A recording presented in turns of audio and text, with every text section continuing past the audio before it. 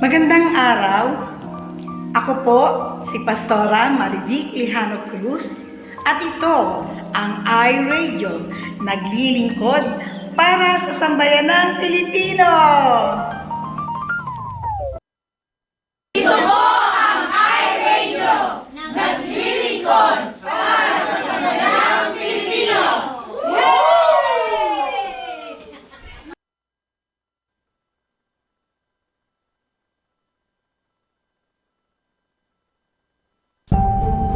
Ito po ang iRadio, naglilingkod para sa sambayanang Pilipino.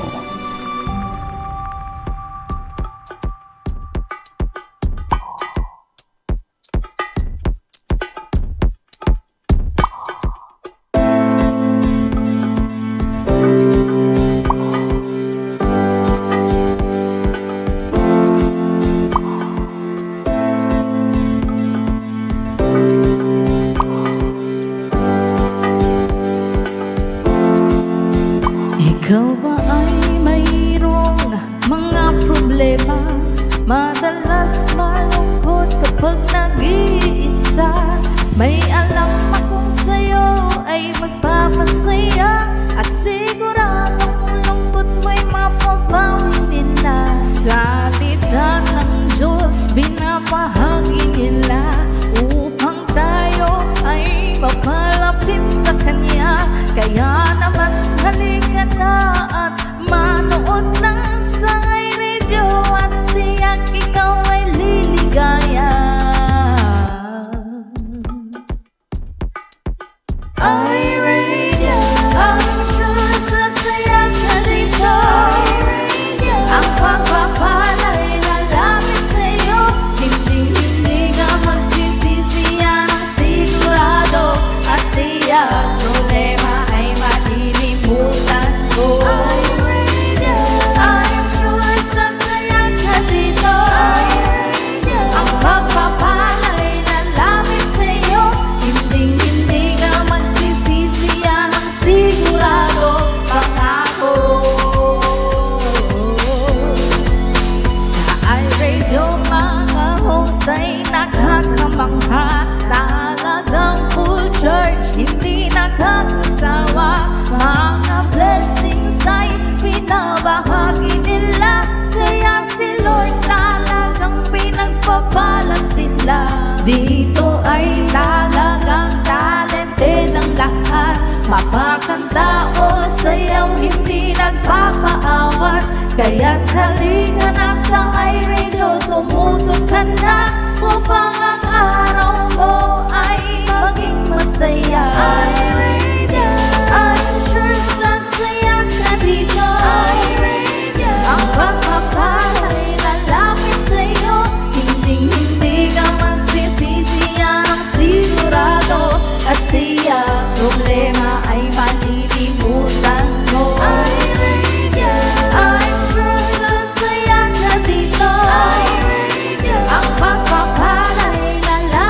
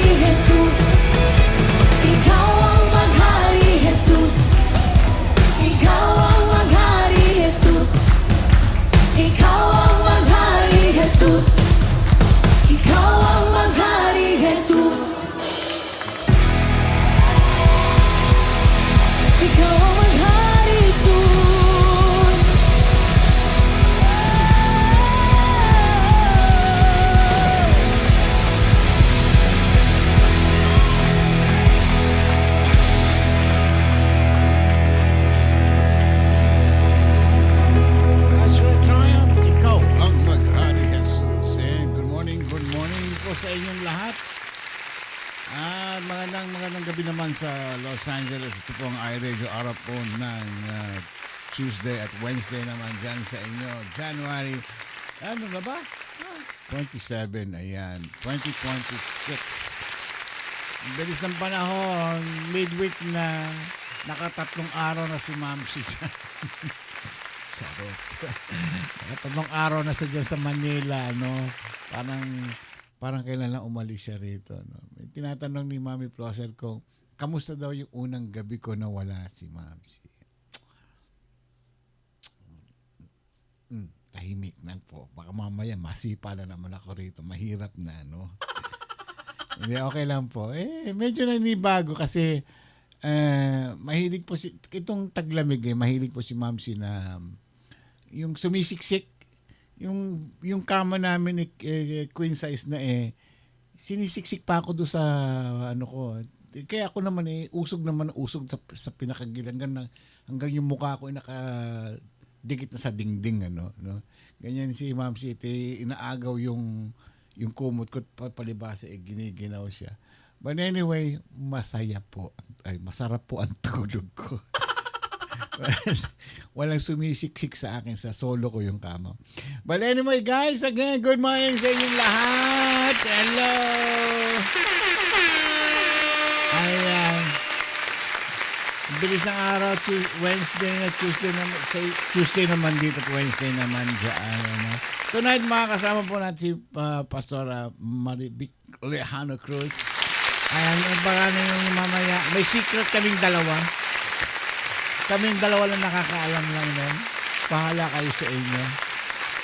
Ayan. Ay kanina tinawagan ko ni Ma'am si madaling araw alas 3 ng madaling araw dyan. Sabi niya, nagising ako kasi gawa ng yung araw ng yung tulog niya pareho ng tulog dito, sumasabay dito. So naninibago siya. Sabi ko, matulog ka pa dyan. At huwag mo kong asarin dito at nanonood ako ng TV, sabi ko sa kanya.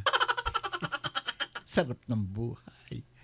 Anyway, kanina po, galing po din naman ako doon sa clinic at binigyan ako ng check-up kanina na para doon sa aking yung background check nung ginagawa ng nung company na mag-aano naman sa akin, magkakaroon ng contract na naman. So, may mga contract na naman.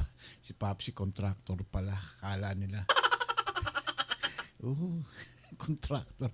Pero hindi ako taga DPWH. Tsaka wala ako yung mga ghost project na ganyan. Anyway, ingat-ingat po kayo dyan at enjoy lang kayo. Sit back and relax. At tayo ay hanggang 9 o'clock tonight. Steady lang kayo dyan. Yung mga nagmo-morning breakfast dyan, hello. Shout out sa inyo. Paano man ang mga almusal ulam niyo dyan, penge naman. At si Papsi, namimiss ko yung mga ulam dyan. Kanina umaga pinakitaan ako ni Mamsi nung longganisang maraming bawang at manamis-namis. Sabi ko, ang aga-aga mo na nga asar. Ang bira naman.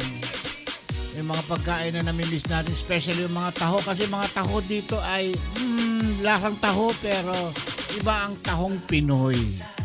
Ayan. Yung mga iba-ibang klaseng kulay at saka yung mga arnibal na pagka-tamis-tamis. Especially, mas mura ang taho dyan sa atin. Ayun. Ayan, namimiss ko yan. Yung mga fishball, mga tusok-tusok dyan. Abangan nyo ang paghihiganti ni Papsi. Ang pagbabalik niya. Bibiglain ko na lang kayo dyan lahat. Anyway, bumati tayo sa ating mga viewers ngayon.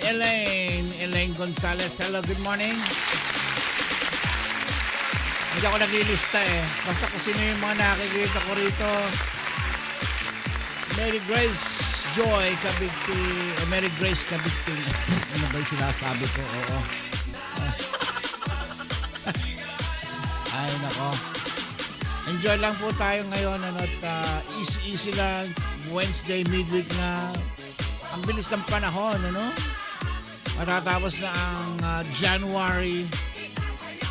Next month, March na. Ayun. Nawala yung February.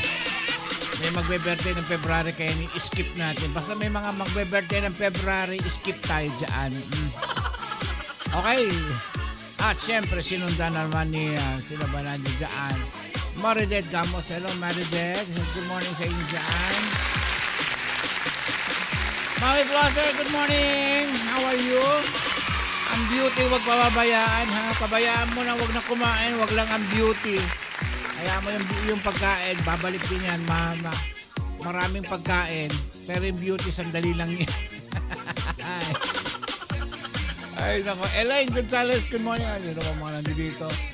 Bernard Manalo Gabriel, hello. Good morning din sa inyo. Ayan. What's up? J. Tristan Alejandro. At sino ba nito? Ay Negra Pipita, ang babaeng Negrita Perros. Mestiza pala. Kita ko mga picture nito. May gulay. At syempre, nandiyan din naman si Grace. Nabanggit ko na si Grace Cabigtin. Rachel Bonete. Hello, good morning dyan. Ito, masipag itong masipag na si Rachel. Talagang walang tigil sa paghahanap ng ating mga speaker. Lala, Carmina, hello. Marvin Biernes, good morning din sa inyo. Biernes, tamo ha. Wednesday pa lang, Biyernes na siya. Pero nandiyan na siya kaagad. Who else na mga nandito? Kamusta kayo dyan? Alam niyo si Popsi, hindi nasusulat dyan. Bahala kayo kung sino yung mababanggit ko rito. Ann MG, good morning din sa inyo.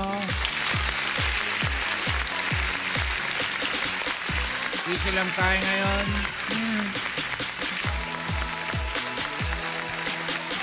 Si Ami Bito nandiyan din. At syempre yung ating mga kasamahan dyan sa Pastor Sam. Ayan, Pastor Sam, di ba napapadala sa iyo yung yung bagahe mo? Ang tabayanan mo lang yan, darating yan. At bago mo matanggap yung package mo, usap-usap tayo dahil mukhang nalinlang ka nung technician na gumawa ng laptop mo, no? Sa palagay ko lang, Ayan. Tina Tabernila. Hello, Tina Manangski. Nyamotin na raw. Nako, ito gusto kong pasyalan doon sa kanilang lugar doon sa Lucena ba? Abangan mo. Pupunta ako dyan. 3 araw mawawala si Mamsi kasi pupunta siya ng Pampanga. Itong week na ito, no? Pupunta siya ng Pampanga. Meron siyang yung tawag to, yung reunion ng mga classmate niya. So, sasamantalahin ko yun. Wala ang pusa, kaya ang mga daga ay maglilibang muna. Ayan. Bahala siya. Hindi niya alam kung saan ako naroon. Papatayin ko yung cellphone ko para hindi niya makita kung saan ako nandoon. Ayan. Okay. Sino ba mga nandyan? Again, guys, sabi ko, maraming bagay tayong mamimiss sa Manila. Pero mabibigla na lang kayo. Surprise! It's a prank! Abangan nyo kung ano mangyayari. Basta. Baka naman ang dila ako. Baka madulas na naman ako. Tatawa-tawa na naman si Pastora Maribik. May alam yan, huwag niyong kulitin, pero hindi pa niya sigurado kung ano iniisip niya. Diba, Pastor Maribik? Galing mo! Buti kung alam mo ang sinasabi ko, diba? Pwede na!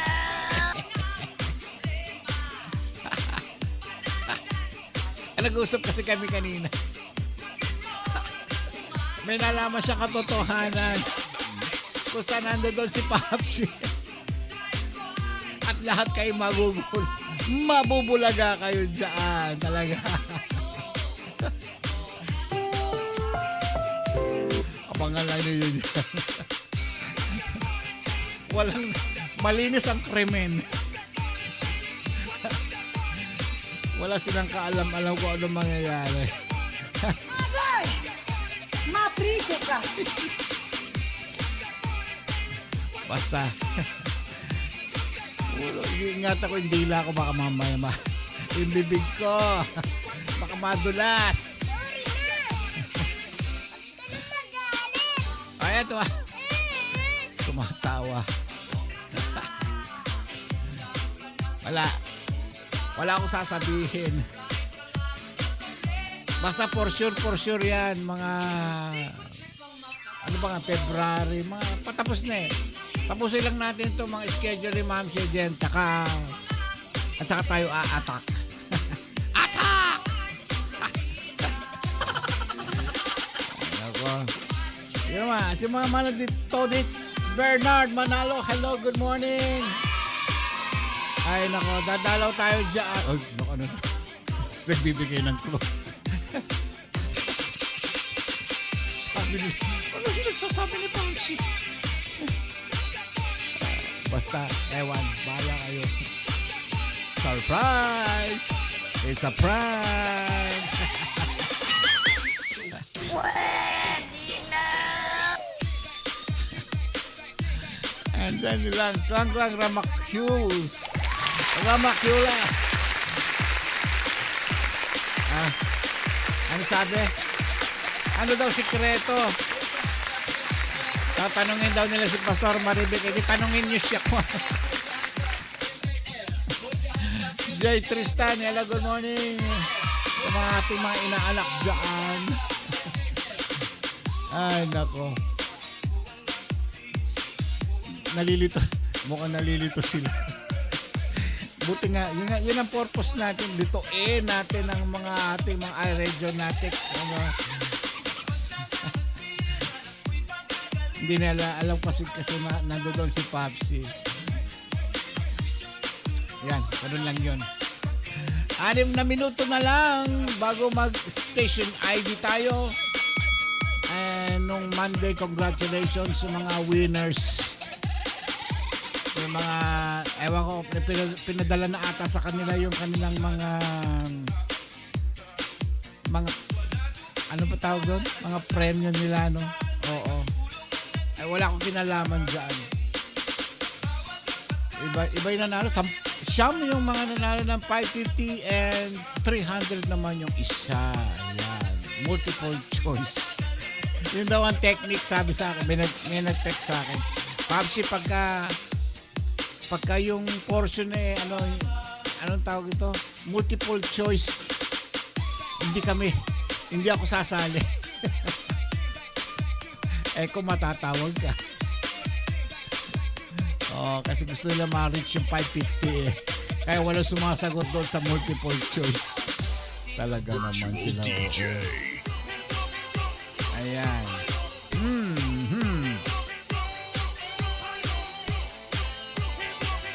Bilis ang oras, ano? Kanina mga ginagawa ko rito kala ko matatagal. Sunod-sunod po kasi mga kausap ko kaya hindi ko na nararamdaman yung oras dito. Kaya sabi ko, mag-uumpisa na pala. Kaya medyo na-late ako ng ilang oras. Ilang minuto pala ako na-late. Ayan. Natanggap na daw yung mga blessing nila. Di ba? Pandagdag din yun, di ba? Pambili ng ulam.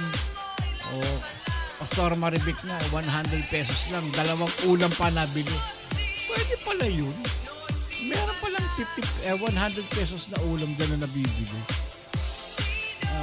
Pag ganito wala si Mamsi, ang pagkain ko po ay bahala na. Bahala na si Batman. Ayun. Kahapon po bumuli ako nag-order ako ng munggo at saka, yung papala, yung isa yun. Meron pa pala ako ng binagoongan na babi. Ayun, na baboy. At saka,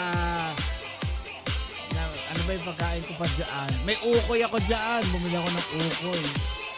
Wala, yun lang mga pagkain ni Papsi. Tinitipid ko po yan for 3 weeks. O baka abutin pa ng 1 buwan si Mamsi dyan sa Manila. Kaya kung ano lang yung makakain natin dito, yun na. Wala magluluto.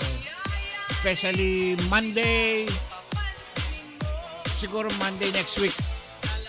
Baka malilate ako ng uwi kasi umpisa next week po ay balik kalye na naman si Popsi na naman. Nasa field na naman po ako. So Monday, alas 5, 6. Hopefully makauwi agad ng maaga. Yan. Basta abangan nyo lang ako next week. Malate man ako ng konti ay babawi naman tayo dyan. Ayan. Ayan. Okay. Next week po pagkatapos ng mga lakad ni Ma'am Shi naman ay makikipag-schedule na dyan sa inyo. Ay, ayoko nang sabihin ko yung meron siya mga events na gagawin dyan sa Sipag. Kaya I think excited na yung mga kababaihan dyan dahil napag-usapan na nila yung kanilang mga activities na gagawin dyan sa Sipag. Okay? Yung mga gusto sumali, join na kayo dyan. Ano yun? Sleep over daw.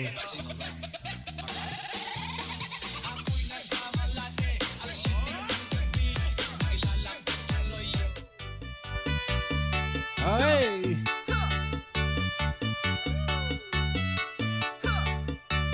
Ayan. Steady lang tayo dyan. Station ID na tayo susunod. Oh. Bilis ang oras ko rin sa kabila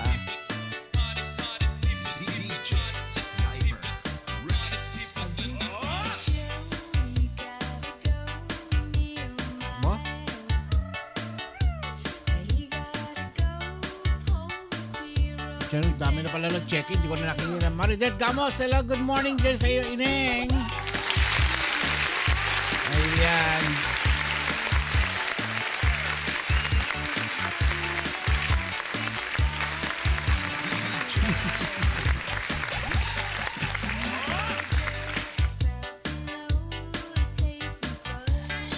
Ay, nako.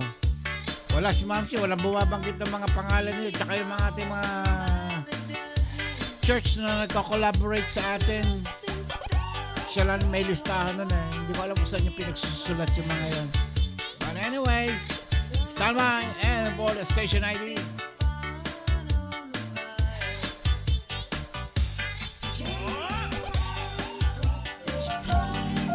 Magandang araw. Ako po si Pastora Marivic Lijano Cruz at ito ang iRadio, naglilingkod para sa sambayanang Pilipino.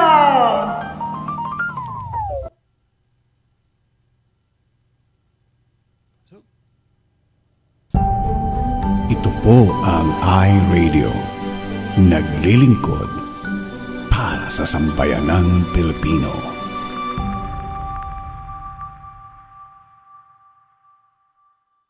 Oras mo na, meron tayong 31 minuto. Ayan, makalipas ng ikapito ng gabi. Ilang oras na sa'yo dyan? 11:30 or 31 dyan sa inyo. Biro mo, ganyan, bilis ng oras talaga, no? Konti lang yung ginalaw mo. Ang dami ng, yung oras nakikipaghabulan tayo. Dito kasi sa Amerika, yung time is gold parate. Paramihan ang nagagawa dito. Nung pag ako nandiyan sa Manila, parang ang bagal ng oras. Pero ahead kayo sa inyo, o ahead kayo dito sa amin, Yun hindi ko maintindihan kung bakit ganun. Pag nandiyan ako sa Manila, advance naman ang oras ninyo, pero parang ang bagal ng oras. Pero marami naman akong ginagawa, Dito kasi nanood ka lang, nakatunganga ka lang sa harap ng TV ganyan. Aba, hindi mo namamalayan mo, ang bilis ng oras. Ay, hindi ko minsan maintindihan. But anyway, kanina po ay galing tayo doon sa ating yung nagpa-check up po kasi ako kanina. So, ganda po ng mga reports ng maganda po. Ako i-share ko lang po sa inyo yung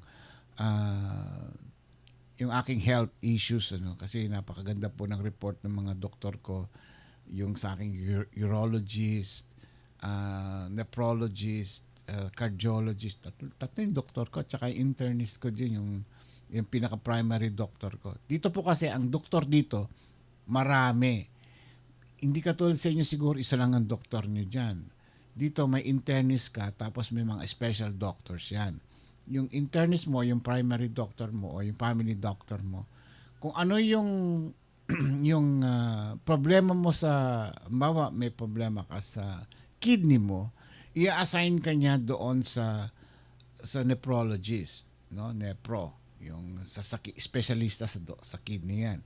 Kung problema mo naman ay sugar or sa pangalan to sa yung mga ihi, yan, urologist yan.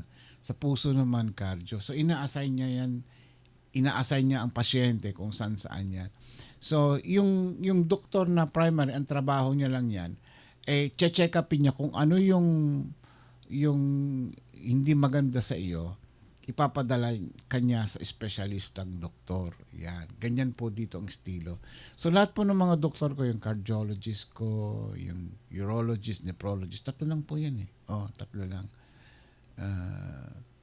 Lahat na sinasabi nila, very good. Kaya praise the Lord. Kaya habang kanina pauwi ako after nung ating result ng check-up natin, yung blood work natin. Kasi kinukuhanan kami ng blood work para malaman kung ano yung may mga anomalya doon sa organs natin, o yung sa ating system ng ating vitals natin. So praise God, maganda po lahat ng report. Ang sugar natin normal 5.3. Ano ba? Cholesterol natin maganda rin, yan.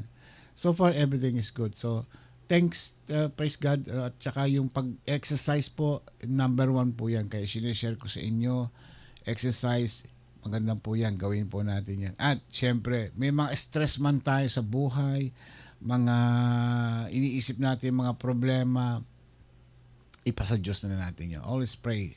Yun ang number 1, pag-pray po natin yan. Okay, what else? Sino ba man? Jen Recuero. Hello, Jen. Nandiyan ang ating kumaring maganda. How are you? At si Claire. Si Claire Gonzalez. Ayan. Good morning, Jan Ineng. At ano pa ba? Naku, pagka ganitong wala si Ma'am, ako ang talkish dito. Hirap pala pagka siya yung bakanting upuan niya. Tingnan natin kung nandiyan si Mamsi. Yung upuan niya. Ayan. Hindi yan. Asan yung pwesto niya? Ayan. Ayan bakanting lugar ni Mamsi. Ayan. Buti na lang, wala siya. May nagtatanong sa akin kung anong feeling daw. Si Pastor James. Nanonood kanina, tawag sa akin kanina. Ewan ko kung bakit, tinatawag ako ng Pastor James.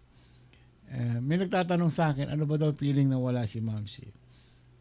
Gusto niyo bang malaman? Wala lang.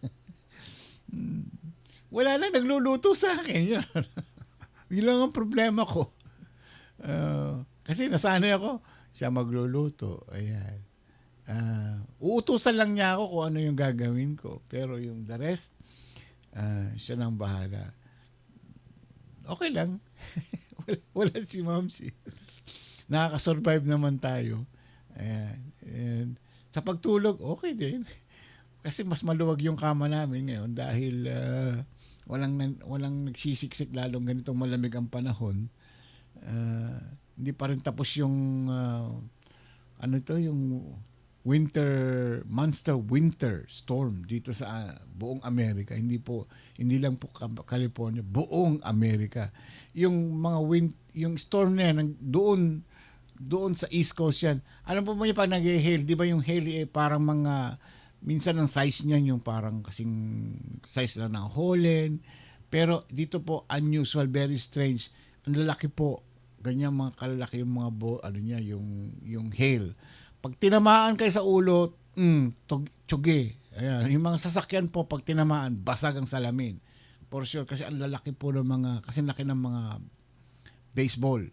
Yung mga hail na yan. Kaya, sa East Coast lang yan, especially New York, Chicago, yan, yung mga area na yan, ano ba, hindi ko kabisado, hindi pa ako nakakarating sa lugar na yun. Basta ako, dito lang ako sa California. Maganda po ang weather namin dito sa California kasi po ay, ano siya, hindi kami umaabot sa ganong temperature na malamig, extreme. Umiinit dito pero yung lamig niya nagagaling lang ng East Coast parang hinahangin lang dito sa amin sa California. Pero ang kinatatakutan ng lahat dito ay yung earthquake, dahil according sa sabi nila, hindi ko alam, na knock on wood, wag naman, mabubura daw po ang California sa map ng US. Sabi nila, yung tinatawag nilang the big one, so we don't know kung tapos na ganun talaga yan. Kahit saan naman tayo nandoon, di ba, we just always be prepared. Ayan, anong sabi niya, uy, wag mo akala ko kung ano sinasabi nila paiyakin si Papsi. Sino nagpapayak sa akin? Wala nagpapayak sa akin. Masaya nga ako dito. Wala si Mamsi. And then, nalulungkot pala ako. Buti wala siya, hindi siya nanonood. Next week yan, makikipagkita sa inyo. Tatapusin niya lang daw yung kanyang mga agenda niya, at pagkatapos niyan pupunta na ng mga churches. Siya na maggagawa ng mga agenda ko, yung mga plano ko kasi wala hindi tayo, it's not for me. Siguro hindi pa natin time na makauwi diyan. Pagka nakabalik naman ako diyan, hopefully God's will next year. Ayun, babawi na lang tayo. Yan. Okay. Wala na akong masabi. Tawagin ko na lang si Pastora Maribik. Pastora Maribik, pumasok ka na para maaga tayo makatapos. Bukas, ang bibig. Baka madulas na naman. Oo. Basta na, kasi kami ni Pastora Maribik, meron kami yan eh. May secret kami niya. May sumpaan kami niya. May blood compact kami. Pastora Maribik, come in. Uy, hindi ko pa pala nagagawa yan. Yung pala nakalimutan ko. Ayan. Nasa makeup room pa daw. Ayun na, pumasok na. Pasok. Hello. Ayan. Oo. Ba. Iba ang beauty mo ngayon ha. Minsan naninibago ka sa beauty mo. Oo. Papsi, Oo. Malinaw ba ako, Papsi? Ha? Malinaw po. Siyempre. Ikaw po. Lagi naman malinaw ka eh. Kamusta na? Okay naman, Papsi. Hindi kita makita. Ayan. Ayan. Oo. Alam mo, ganyan. Ginuhuli ka, Papsi, ni attorney at saka ni Rachel. Bakit? Ano sinasabi? Hindi ko nakikita eh. So, hindi ko nababasa, Papsi. Hindi. Naguhuli yan. Wala naman mahuhuli yan dalawang yan eh. Kanina kasi, galing ako doon sa clinic. Sabi niya, nung nurse, sige, tanggalin mo lahat ng nasa wallet, nasa bulsa mo, tsaka sa jacket mo, pati jacket, tanggalin ko daw yung jacket ko. Wala, kasi mayroong, anong tawag dito, yung drug test. Yung kontrata ko kasi, kinakailangan, may drug test sila. So, kinakailangan ng, yung urine, yung ihi. So, kasi dito, may mga kamote na, kamote tawag din ninyo doon eh. Yung pagka magda-drug test, humihingi sila ng ihi ng iba. Yun ang ginagawa para maka-escape sila o makalusot sila doon sa drug test. Nalaman nila yung mga sistema ng ganon.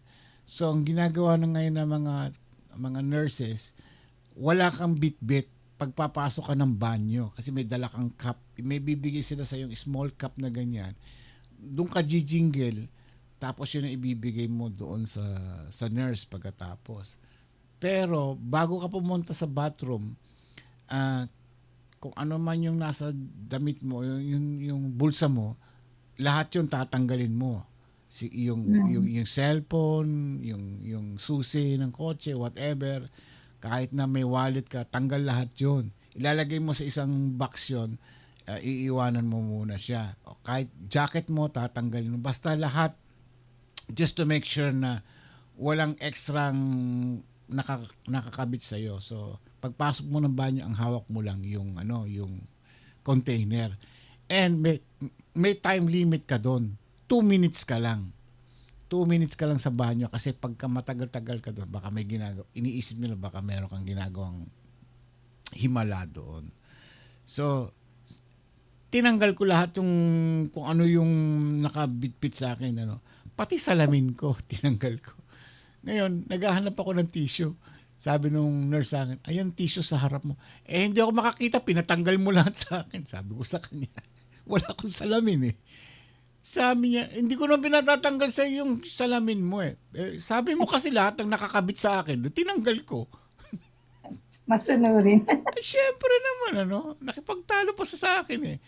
Ayun, ang treatment nila sa'yo para kang criminal.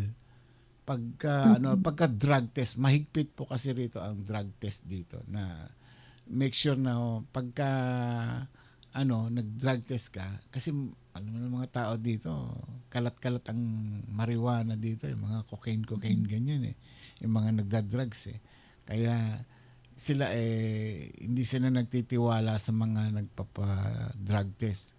Kahit sino, bata matanda man, So, kanina nung chineck up nila ako, sabi ko, ganito ba kayo? Parang sabi ko nga, you treat me like a criminal, sabi ko sa kanya. Hindi, sabi niya, hindi naman. Kaya lang mahigpit lang talaga sila sa ganung bagay. Ayan. But anyway, kamusta na? Ha? Okay naman, Pepsi. Balita ko, ano daw? Ano naman yung balita mo? May activity daw kayo next week. Saan po? Uy, Nino po? hindi mo alam? Buti pa ako, alam ko, ikaw hindi mo alam. May secret Pepsi. Ay, kumingay ka talaga. Baka malaman eh. Wala secret. Kahit si Lala at saka si Rachel Bonete, hindi nila alam yun. Ako'y pinilit sasabihin ko Oy! din. Lang. Saan pamalo? Tumahimik ka, hambalosin kita dyan. Tumigil ka dyan. Pepsi, marami na bang sa inyo dito para kayo ay makurot ng nail cutter. Aray ko naman, wag naman ganun. Sakit yun. Wag naman nail cutter. Yung isa nga, nipper nga ang gagamitin. Parang mahirap yung paggaganon. Sakit yun. Oo. Ayan, binakante ko na yung pwesto ni Mamsi. Ayan. Yes, we miss you, Mamsi. Paano kaya yun, Paano? Hindi nila alam. Magugulat nila sila kung ano ba. Huwag ka na magsalita, Papsi, baka madulas ako. Sige ka. Oy, siguro umpisa mo na nga yung topic mo. Maganda yung topic mo. Baka mo na naman madulas. Magugulat na. Aking nervyos, Papsi. Sige, bilisan mo na. Papsi, babasahin ko na lang agad para tapos na tayo. May appointment ako mamaya. Para makalit na Papsi. Oo. Oy, sikreto yan ang kumaingay ha. Hindi kay Papsi. Kahit kay Pastor Proser, huwag mo sasabihin yan. Walang nakakaalam, secret. Start na tayo, Papsi. Sige. Go ahead na. Ikaw na. Time ako Kakahit. Okay, babati muna po ako. Magandang umaga po sa lahat po ng naririto sa iRadio. At magandang gabi po, Papsi. Wala po si Mamsi, nahanap ko po.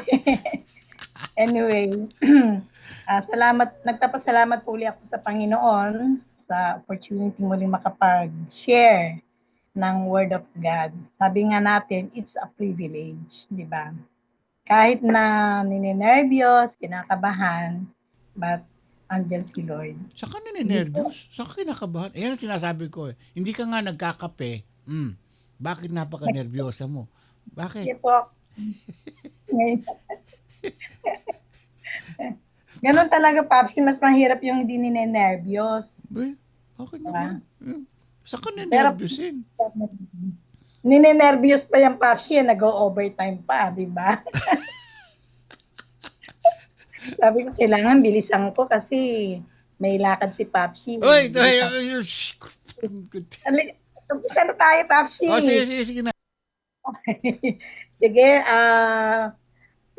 pray po muna tayong lahat. Let's pray. Panginoon, salamat po muli sa oras pong ito, sa amin pong pagsasalusaluhang mga salita mo. Dalangin po namin na samahan niyo po kami at ako po itago niyo sa inyong likuran. At patuloy nga po na ma-bless po kaming lahat sa iyong mga salita na amin pong maririnig sa oras pong ito, Panginoon. Lord, marami pong salamat. Patuloy ka namin pinupuri at sinasamba sa pangalan ni Jesus. Amen. Amen. Okay. So, ang title po natin ngayon, ayan, yung mga gusto pong mag-jot down ay, ang title po natin is Keep the Fire Burning. Ayan. Panatilihing nagliningas daw po ang apoy. So, mula nung pagpasok po ng taon ay marami po tayong mga talagang naririnig na mga problema, di ba? Maraming problemang pumapasok o bagong taon pa lang marami tayong mga na-encounter na mga problema. At actually po, sa panahon din po ngayon ay marami pong may sakit. Sa church po namin ay kagabi prayer meeting po namin. Meron po kaming isang member na bata lang siya, mga siguro mga 11 to 12 years old na dengue. So, tapos maraming may ubo, maraming may sipon, maraming nilalagnat. Yun. So, ang dami, di ba, natin na-encounter. Marami tayong na-encounter din na iba't ibang mga problema. So, sa mga oras pong ito, alam ko rin po na ang bawat isa sa atin ay may mga nararanasang mga problema. Pero ang sabi nga po ng title po natin ngayon, sa kabila po ng mga problemang atin pong nararanasan, na experience sa panahon ngayon, ay kailangan daw po na manatili po yung apoy sa ating mga puso. Keep the fire burning in our hearts. So, basahin po natin o babasahin ko po sa Leviticus chapter 6 verse 12 to 13. Dito po natin kukunin yung ating mensahe. Sa English ko po muna babasahin and then after that is Tagalog. Ang sabi po dito, the fire on the altar must be kept burning. It must not go out. Every morning, the priest is to add firewood and arrange the burnt offering on the fire and burn the fat on the fellowship offerings on it. The fire must be kept burning on the altar continuously.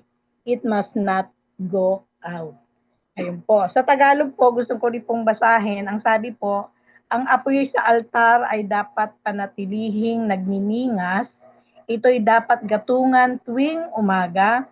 Iahanay sa ibabaw ng gatong ang handog na susunugin at ang tabang kinuha sa handog pangkapayapaan. Verse 13, hayaang laging may apoy sa altar at hindi ito dapat pabayaang mamatay. Ayan. Pagpalain po ng Panginoon ang pagbasa ng kanyang salita. Dito po makikita po natin, ang sabi po dito, fire has always been a powerful symbol.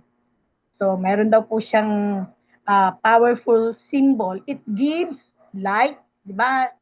Pag merong apoy, lalo na kung sisindihan po natin ito sa gabi, ay ang sabi dito, it gives light, warm, di ba? Kaya katulad niyan, masyadong malamig po ang panahon natin hanggang February po yan. Sobrang lamig, lalo na siguro sa Baguio. Yung iba ay nag-aano sila, parang nagbo-bonfire sila, tapos dahil sa sobrang lamig, nakakatulong po yung apoy para yung lamig ma-lessen. So masarap po yung nakatapat ka sa apoy, at the same time ay sobrang lamig yung paligid. And energy. So nakakapagbigay din daw po ito ng energy sa atin. Pero ang sabi dito, but it can also destroy if neglected. So yung apoy po, maraming pwedeng paggamitan, pero ang sabi pa rin dito, pwede din daw itong makadestroy kapag tayo ay nakalimot. Katulad niyan, ang apoy ay nagiging cause po ng sunog, di ba? Maraming sunog po ngayon ang nangyayari. Pagpasok pa lang ng bagong taon, ang daming mga sunog. Yung iba naman po, hindi pa tapos ang bagong taon kumbaga yung hindi pa nagbabagong taon marami pong nasunugang mga bahay, mga pamilya na nawalan ng tahanan. So, kumbaga, meron siyang negative and positive na dala sa atin, yung sinatawag na apoy. Ang sabi pa dito, in the Old Testament, God Himself sent fire from heaven to consume the first sacrifice on the altar. So makikita po natin ito sa Leviticus chapter 9 verse 24. Hindi na po natin babasahin. So from then on, it was the priest's responsibility to keep the fire burning. So dito po sa Leviticus 9:24, kung makikita po natin na yung apoy ay hindi po siya pag sinindihan mo, that's it. Kumbaga wala ka nang gagawin. Kaya sinasabi dito, yung mga priest daw po nung panahon nila, sila daw po yung merong responsibilidad para mapanatiling may apoy yung kanilang altar. So today, hindi tayo, kumbaga, nung panahon po kasi ng Old Testament, ay ang mga sinusunog o sinasacrifice ay mga hayop, di ba? Kapag ang isang tao ay nagkasala, ang mangyayari, kailangan mag-offer sila ng isang hayop o anumang hayop para maging sacrifice para mapatawad yung ating mga kasalanan. So, ganun po yung ginagawa sa Old Testament. Pero sa panahon po natin, mga kapatid, ang sabi nga, today, hindi na tayo nag-o-offer ng mga hayop para maging sacrifice. Diba? Meron pa bang gumagawa noon na nagpapatay sila ng mga hayop para i-sacrifice? Ang nakikita ko na lang sa panahon natin po ngayon is yung mga nagtatayo ng mga buildings, di ba? Ang ginagawa nila, hindi ko alam kung ano po yung pinakaano doon. Ang parang pagkakaalam ko, yung iba nagpapatay sila ng manok, di ba? And then yung tawag dito, yung gigilitan nila, yung dugo nun, yun daw po yung iwiwisik nila doon sa mga tinatayo nilang mga gusali, building, mga tulay. Hindi ko alam kung ano yung pinakaano nila doon. Pero anyway, hindi po, sa atin po hindi tayo naniniwala na sa ganong klase. So, ulitin ko po, hindi na po tayo sa panahon ngayon na hindi na tayo nag-o-offer ng mga hayop para maging sacrifice. Ang sabi dito, but we are called. Tayo daw po ay tinawag to keep the fire of God alive in our hearts. So, tayo po yung tinawag ng ating Panginoon para panatilihin daw po yung apoy na buhay sa ating mga puso. So, ang sabi po rito sa ating mensahe ngayon, ang pinaka-tema po o gusto kong makuha nating tema o topic o point dito sa mensahe po natin, ang sabi dito is the fire of God must never go out in our life. So, importante na mahalaga na yung daw pong apoy ng Diyos ay kailangang hindi daw mamatay sa ating mga buhay. Ayan. Tingnan po natin kung ano po bang apoy ang tinutukoy dito sa atin pong mensahe. Meron po akong 1, 2, 3, 4 na points, pero maiksi lang naman po. So, unang point, para mabilis tayo. First point, ang sabi po dito, the fire represents God's presence. Ayan. So, yung apoy daw po ay tumutukoy sa presensya ng ating Panginoon. So, the altar fire was not man-made. It came from God. In our life, it represents the Holy Spirit who lives in us when we receive Christ. So, mula daw po nang tinanggap natin ang ating Panginoon, ang banal na Espiritu, ang siyang tinanggap natin, yun daw po yung, kumbaga, nagre-represent ng apoy sa ating mga buhay. So, tignan po natin, ang sabi dito, in application, sabi dito, dahil tinanggap natin ang ating Panginoon bilang ating tagapagligtas at Panginoon, at the same time, kasama ng banal na Espiritu na nasa atin. Sapagkat sabi nga, ang sino mang tumanggap sa Panginoon, ang sino mang naligtas sa pagtanggap sa Panginoon, ang Espiritu Santo ang nagiging guide po natin. Or ang Espiritu Santo ang ating selyo. Diba? Ito yung natin, selyo, ibig sabihin, siniselyuhan tayo ng Panginoon na tayo po ay Kanya. So kung tayo po ay tumanggap ka sa Panginoon pero wala kang selyo ng Espiritu Santo, hindi totoo po yung iyong kaligtasan na natanggap. So ulitin ko po, ang banal na Espiritu ay selyo ng ating ng ating mga buhay na tayo po ay Kanya. Kumbaga sa mga binili nating mga bagay, 'di ba? Makikita natin kung sabi nga, kung walang selyo yung ibibigay sa iyo na binili mo, wag mong tanggapin kasi hindi yun original, 'di ba? So kailangan mayroong seal, may selyo siya.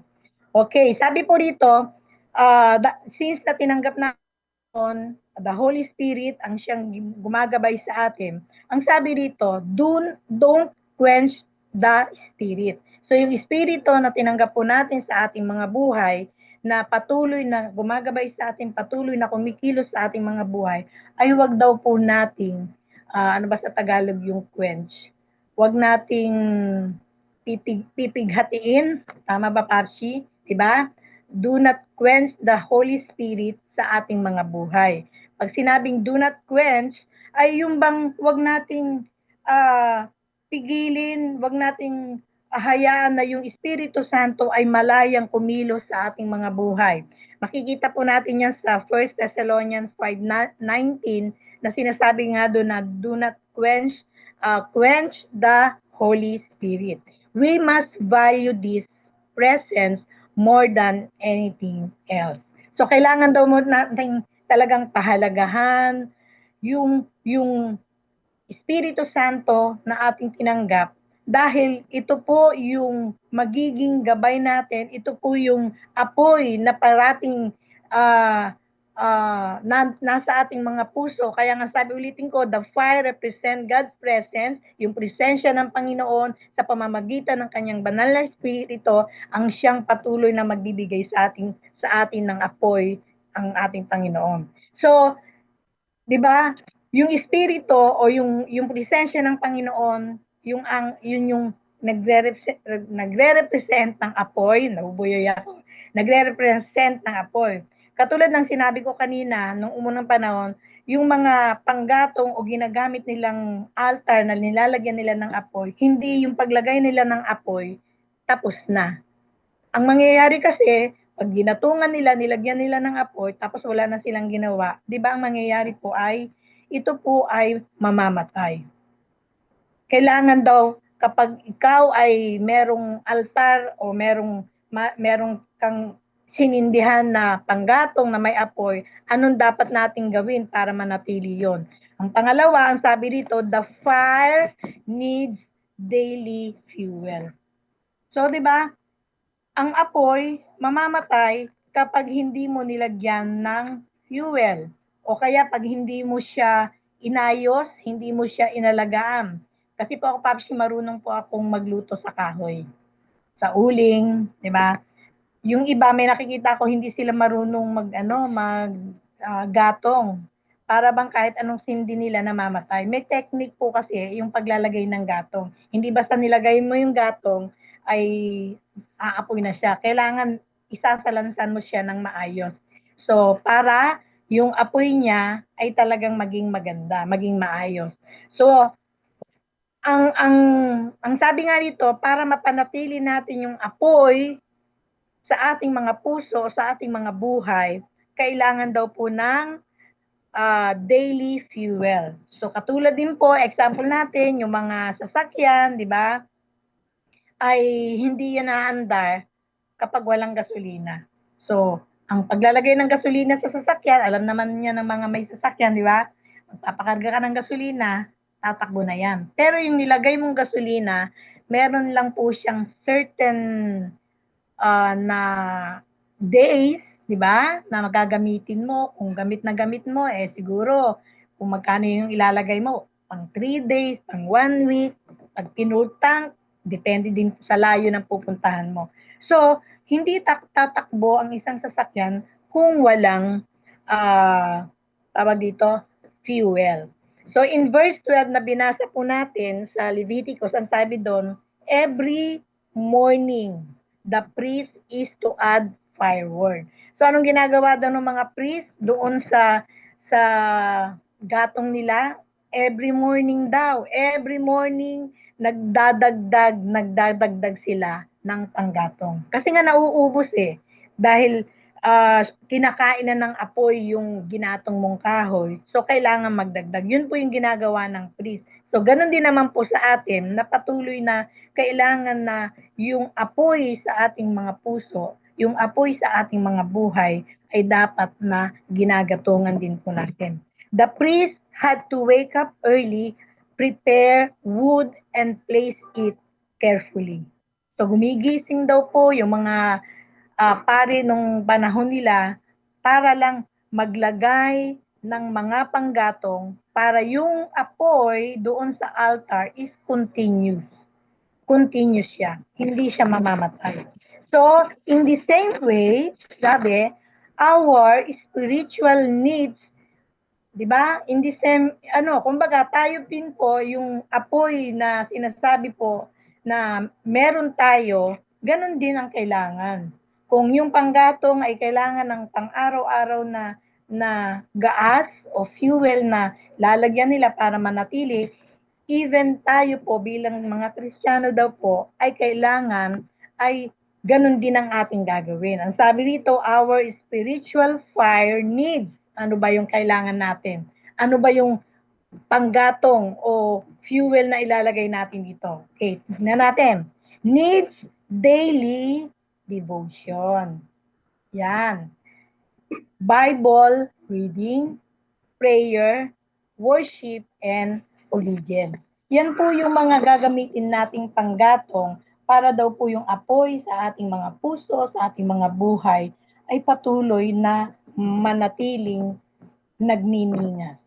Di ba? May mga time po, aminin natin o hindi laging tayo ay maalab. Hindi laging tayo ay mainit. Minsan nanlalamig din po tayo. May mga narinig po tayong mga patotoo, even ang mga lingkod ng ating Panginoon, 'di ba? Dumadating din sa point na sila din po ay nanlalamig. Yung apoy nila ay para bang malapit nang mamatay. Pero salamat sa Panginoon dahil meron tayong Diyos na pwede nating tawagan to fuel us. Amen? So ano yung mga dapat nating gawin? Meron tayong responsibility. Hindi ba yung pag nawalan ka na ng apoy, Lord, lagyan mo ako. Hindi Meron tayong responsibility. Ang sabi nga ulitin ko, kailangan natin ng daily devotion. Bible reading, prayer, worship, and obedience. So, kung sabi nga ay dili pwede once a week, di ba? Sabi nga sa Bisaya, hindi daw pwedeng once a week ka lang na maglalagay ng fuel kasi mamamatay yung apoy. Hindi pwedeng once a week ka lang magdi-devotion, once a week ka lang mananalangin, once a week ka lang magbabasa ng kanyang mga salita. 'Di ba? Anong sabi? Daily. Araw-araw dapat tayong naggagatong sa ating mag-apoy. So dito, yun po ay makikita po natin, 'di ba? Sabi sa Joshua 1:8, anong sabi doon? Keep this book of the law always on your lips, meditate on it Ano sabi? Ano lang ba? Once a week? Or day lang ba? Hindi. Ang sabi po, meditate on it day and night so that you may be careful to do everything written in it. Then you will be prosperous and successful. So kung gusto natin daw po tayo manatiling may apoy yung ating mga puso, ito po yung mga bagay na dapat po natin gawin. Nagbibigay ng mga instruction ng ating Panginoon para nang sa ganun tayo po bilang mga Kristiyano ay talagang nag-guide po tayo. Kasi kung wala po tayong alam, ang mangyayari po sa atin, mamamatay po talaga yung apoy na nasa ating puso. Ano mangyayari kapag namatay ang apoy sa ating mga puso? Kaya ang sabi po the fire of God must never go out in our lives. Hindi daw po dapat ito mamamatay sa ating mga buhay. Ang tanong po, ito po yung tanong, what firewood? O ano daw po bang panggatong? Anong panggatong ang ating ginagamit? O are you putting in your altar daily? Ano daw po ba yung ginagamit nating panggatong para yung apoy sa ating pong mga puso, sa ating mga buhay ay hindi mamatay? So maraming ibinigay si Lord na means para manatili yung apoy sa ating buhay. Keep the fire burning. Panatiliing, kailangang nag-aapoy ang ating mga buhay, ang ating mga puso para sa Panginoon. Okay, nasa point number 3 na po tayo. Ang sabi dito, the fire requires sacrifice. So, sabi ko kanina, meron tayong mga responsibility na dapat gawin. Hindi tayo yung tapos nating tanggapin ang Panginoon, tapos na. Araw-araw, meron tayong dapat gawin. Katulad ng mga priest ng panahon nila, araw-araw silang gumigising ng umaga para maglagay ng gatong. So, ganun din naman po tayo. Ano po bang ginagawa po natin? Ano po ba yung nilalagay nating panggatong daw po sa ating altar sa araw-araw? Okay, ang sabi dito, the fire requires sacrifice. So, the fire consume burn offerings. So, our lives must be placed on the altar as a living sacrifice. So, tayo po yun. Hindi na tayo gagamit pa ng mga hayop o ano paman. Anong sabi? Yung buhay natin ang kailangan nating ilagay doon sa altar ng Panginoon. Ang sabi sa Romans chapter 12, ano pong sabi doon? Ang sabi po doon ay i-offer daw po natin yung ating mga sarili bilang handog na ano yun, tatlo yung binanggit po dun sa chapter 12 ng Romans, chapter 12, verse 1. Ihandog daw po natin yung ating mga sarili bilang una, handog na buhay, banal, at kaaya-aya sa ating Panginoon. At ang sabi dun sa huli, yun daw po ang tunay na pagsamba sa ating Panginoon. So kung hinahandog natin yung ating sarili bilang buhay, banal, at kaulugod-lugod sa Kanya, tayo po ay sumasamba ng tunay sa ating Panginoon. But sometimes God will ask us to surrender pride, bad habits, bitterness, or even our own plans. Ayan. Kasi nga, dumadating tayo sa mga points na talagang nakakalimot po tayo. Kaya wag po nating hayaan na patuloy na mamatay yung apoy sa ating mga buhay kasi mahirap po. Kaya laging sinasabi, nire-remind tayo ng Panginoon na tuwing tayo po ay nagkakamali, nagkakasala, nakakagawa ng mga bagay na hindi kalugod-lugod sa Kanya, minsan pinapalo tayo ng Panginoon. Kasi mahal niya tayo. Diba? Gusto niya, tinutuwid niya tayo. Kasi ayaw niya na manatili tayong nasa sitwasyon na matigas po yung ating mga ulo. Kaya tandaan natin mga kapatid, kung tayo pong lahat ay tumanggap sa Panginoon, pero dumadating tayo sa point na tayo gumagawa ng mga mali at mga bagay na hindi nakakalugod sa Panginoon, abay, magsisi na tayo agad. Huwag nating hintayin na tayo mapalo ng Panginoon. Kaya ang sabi ng Biblia masakit kapag tayo ay tinutuwid ng Panginoon. Hindi masarap kapag tayo tinutuwid ng Panginoon. Masakit po yun Pero at the end, sabi din sa salita niya, but the end, pag na-overcome natin lahat ng pagtutuwid ng ating Panginoon, kapag tayo ay nagkakamali, ang ending po nun, ay tayo po ay maayos po yung ating mga buhay. Ibinabalik ng Panginoon yung mga bagay na gusto niyang mangyari para sa atin at ma-enjoy po natin yung ating buhay bilang talagang sumusunod sa ating Panginoon. Amen? Ang hirap po kasi kapag tayo ay nanlalamig, kapag tayo ay merong mga daladalang mga bagay na hindi nakakaaya sa Panginoon, mahirap po kasi yung conviction po ng Panginoon ay talagang hindi po talaga niya titigilan tayo. So ulitin ko, when we sacrifice, the fire of God burns brighter. So kung tayo daw po ay magsasacrifice, yung apoy ng Panginoon ay talagang makikita, di ba? Sabi dito, God burns brighter. Mas lalong magliliwanag sa ating mga buhay. Kaya mainam na patuloy tayong magbasa ng kanyang mga salita. Kaya patuloy na dumalo sa mga gawain, patuloy na pakainin yung ating mga kaluluwa sapagkat yan po yung magpapalakas, yan po yung magiging fuel natin para mas laging nagniningas o mag-aapoy yung ating mga buhay. Amen? So in point number 4, the fire must never go out. So, ilang beses pa ulit-ulit na sinasabi ng Panginoon, hindi dapat mawala ang apoy. Hindi dapat mamatay yung apoy sa ating mga buhay. And sabi dito, God said it twice, it must not go out. Why? Bakit ayaw ng Lord na mamatay yung apoy niya sa atin? Ibig sabihin, ayaw niyang yung presence niya ay mawala sa atin. Katulad po ni Haring Saul nung panahon na siya po ay hari, di ba? Ang sabi doon, umalis ang presensya ng Panginoon sa kanya. Bakit?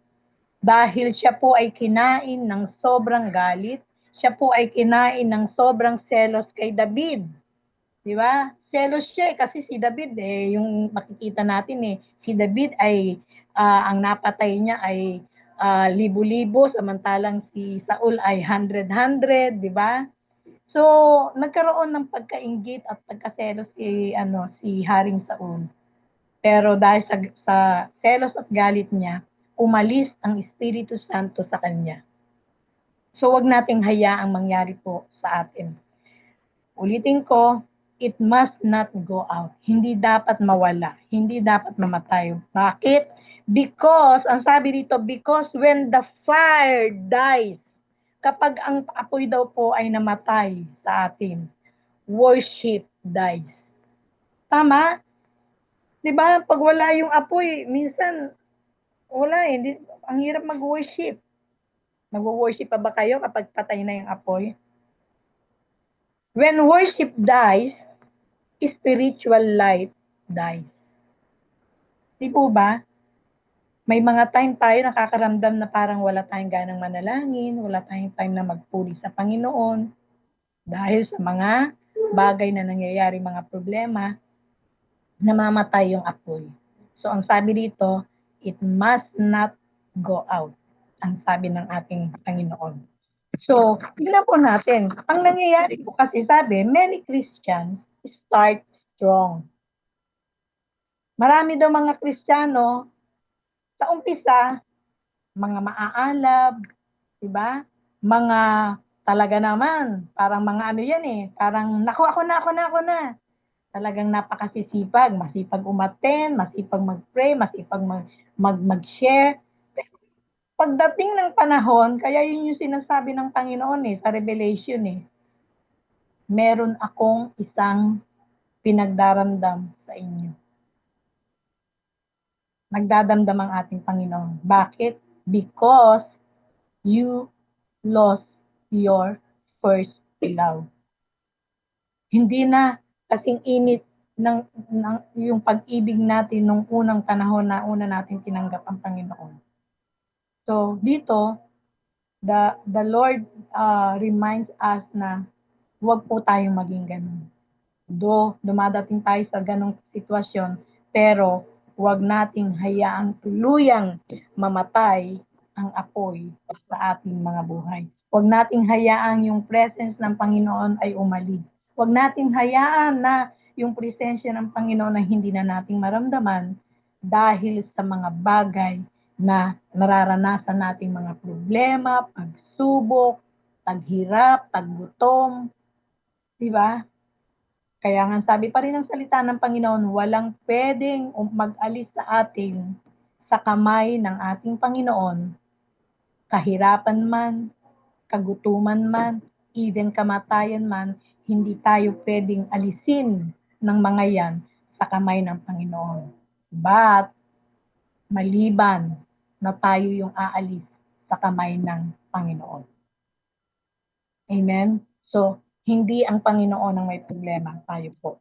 So, in application in our heart, o sa ating mga buhay, itong mensahe na to, ang sabi rito, guard. Anong kailangan natin gawin? Guard your spiritual fire. Kailangan nating bantayan. Diba? Kailangan nating bantayan yung apoy. Bakit? Ang sabi pa rin ng Biblia, ang kaaway ay parang leon na umaali-aligid sa ating mga buhay. Sa oras na makakita siya ng maliit na butas, ang sabi nga, pag nakakita siya ng kahit na maliit na sit na pwede siyang makapasok, hindi niya palalagpasin yun. Papasok siya. Diba? Ganun ang kaaway.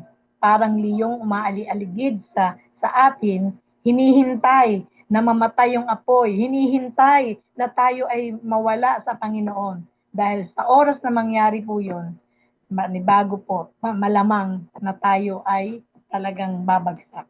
So, guard your spiritual fire. Don't let distractions, sin, or busyness extinguish it. So, wag daw po nating hayaang sirain ito, masira ito ng mga kasalanan o yung pagiging busy natin na dahil doon ay mamatay yung apoy. Wag po nating hayaan. Kaya patuloy tayong lumapit sa Panginoon. Okay, sabi dito, practical ways to keep the fire burning. So ito po, mga practical ways to keep, mga bagay na pwede nating gawin para yung apoy ay huwag mamatay. Una, lima po to. Una, prayer. Talk to God daily. Pangalawa, Word of God. Feed your soul ng salita ng Panginoon. Kasi pag pinapakain natin patuloy ng salita ng Panginoon yung ating mga kaluluwa, lumalakas po tayo. Amen? Number 3, worship. So praise God even when you don't feel like it. So kahit hindi mo feel, dahil sa mga nararanasan at nararamdaman, patuloy pa rin nating hanapin ang presensya ng Panginoon sa ating mga buhay. Number 4, fellowship. So kailangan po natin ito, stay connected with believers. Ang sabi sa Hebrews 10:25, anong sabi po doon? Huwag na po nating kaligtaan ang pagdalo sa mga gawain.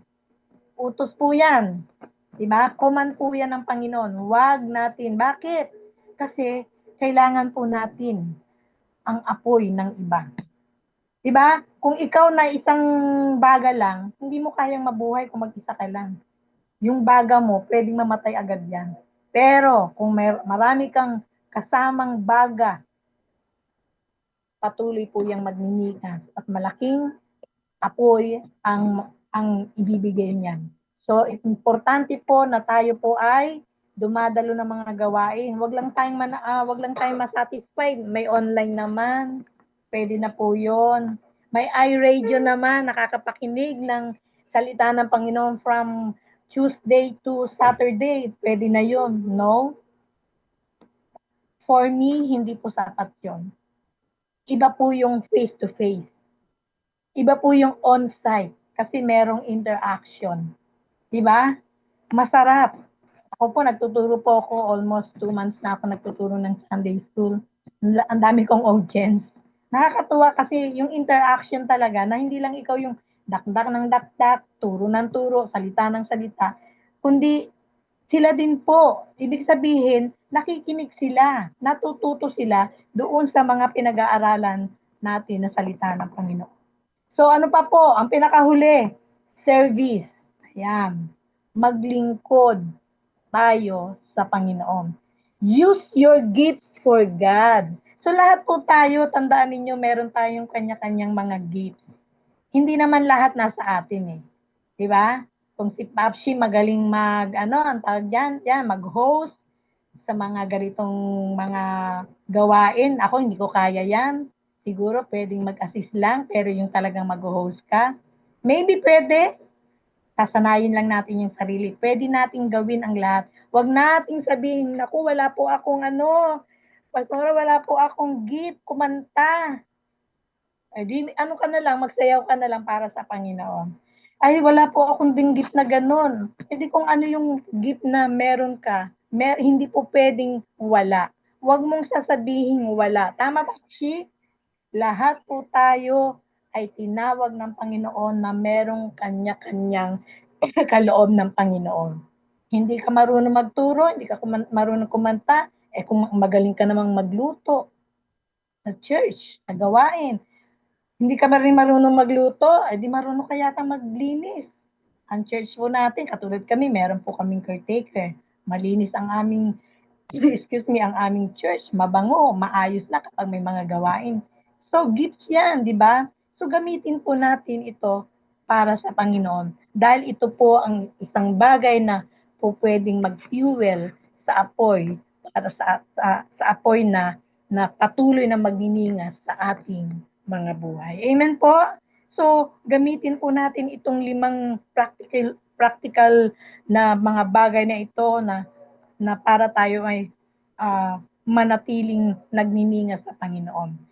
Prayer, Word of God, worship, fellowship, and service. Importante pong lahat. So, puntanan po tayo. Kambo, pakisabi po. Nasa conclusion na po si Pastora. Ayan. Nasa conclusion na po tayo. At nawa po ay naintindihan po natin yung mensahe po natin sa umagang ito. So in conclusion, ang sabi po dito, the fire on the altar was holy. Ito po ay banal. Huwag natin itong basta-basta isinasantabi. Huwag natin ito basta-basta kinakalimutan because this is holy. Sabi dito, precious and continuous. In the same way, God wants our passion for Him to burn day and night. Amen? And then, ang huling-huli, may tanong po akong iiwan. Ask yourself, sabi dito, ask yourself, is the fire still burning in your heart? Or is it just smoke? Ayan. So, kayo po ang makakasagot po niyan. Baka mamaya usok na lang. Ay patay tayo dyan. Pero kahit usok pa lang yan, pag pinaypayan mo yan, ginatungan mo yan, nilagyan mo ng fuel yan, muli yung mag-apoy. Amen? Huwag nating hayaan yung usok na yan ay tuluyang mamatay. Kundi patuloy nating hipan, patuloy nating gatungan, lagyan ng fuel, para nang sa ganong patuloy na manatili ang apoy ng Diyos, ang presensya ng ating Panginoon sa ating mga buhay. So, maraming salamat po. Magandang umaga po. Amen. Amen. Totoo yan. Yung init nung unang nating makilala ang Panginoon. Tandang-tanda ko nung araw. Kasama ko si Pastor Sunny noon, na kami ni Ma'am Shi, ang Bible study namin 3 times in one day. Nagbabahay-bahay kami, nag-knocking door kami. So, 3 beses kami nagba-Bible study. Yan ang ginagawa namin. At saka nung natatandaan ko yung unang init na nakilala ko yung Panginoon, agresibo ako noon. And lahat ng mga activities, church activities, yung gaya ng Bible study, talagang excited ako nung panahon na yun. And then nung mga siguro after nung na-baptize na ako noon, unti-unti ako nanlalamig sa Panginoon noon. Pero alam niyo ba nararamdaman ko nung nanlalamig ako sa Panginoon? Marami akong nakokonvict ako. Para bang nakokonsensya ako, may mga activities na ako na hindi ginagawa. Tamad na ako magbasa, mag-aral ng Biblia. Ganon. So, hanggang sa dumating ang pandemic, doon binuksan muli ng Panginoon na mag-init uli ako. Yan, nagbukas ang iRadio. Tamad akong magbasa ng Biblia noon. Ginawa ng Panginoon, ganon ha. Pues, diyan ka sa harap ng iRadio at araw-araw ka makikinig ng mga salita ng mga pastors dito. Hanggang ngayon, ganito pa rin ang nangyayari sa akin. So, wala akong kawala. Ganyan ang ginawa sa akin ng Panginoon na binigyan ako ng trabaho, na nag-iinit pa rin ako hanggang ngayon. Kasi everyday, kapag nakakarinig ako ng mga message ng mga pastor, kagaya mo na sinasabi mo ngayon, Pastor Marivic, it reminds me about the past na nung hindi ko kilala ang Panginoon at nakilala ko siya, hanggang sa nagiinit ako na malaman ko siya, na gustong-gusto ko, marami akong natutunan tungkol sa Kanya.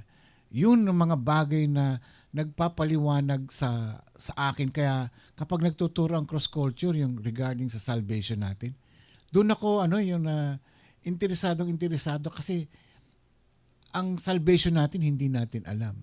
So ito yung mga bagay na pag-aaral natin sa buhay natin, na ako ba ay maliligtas kung sakaling kunin na ng Panginoon ang buhay ko tong anytime, Yan ang tinatanong ko sa akin. Yung mga ginagawa ko ba ay sapat na ba? O kulang pa ba?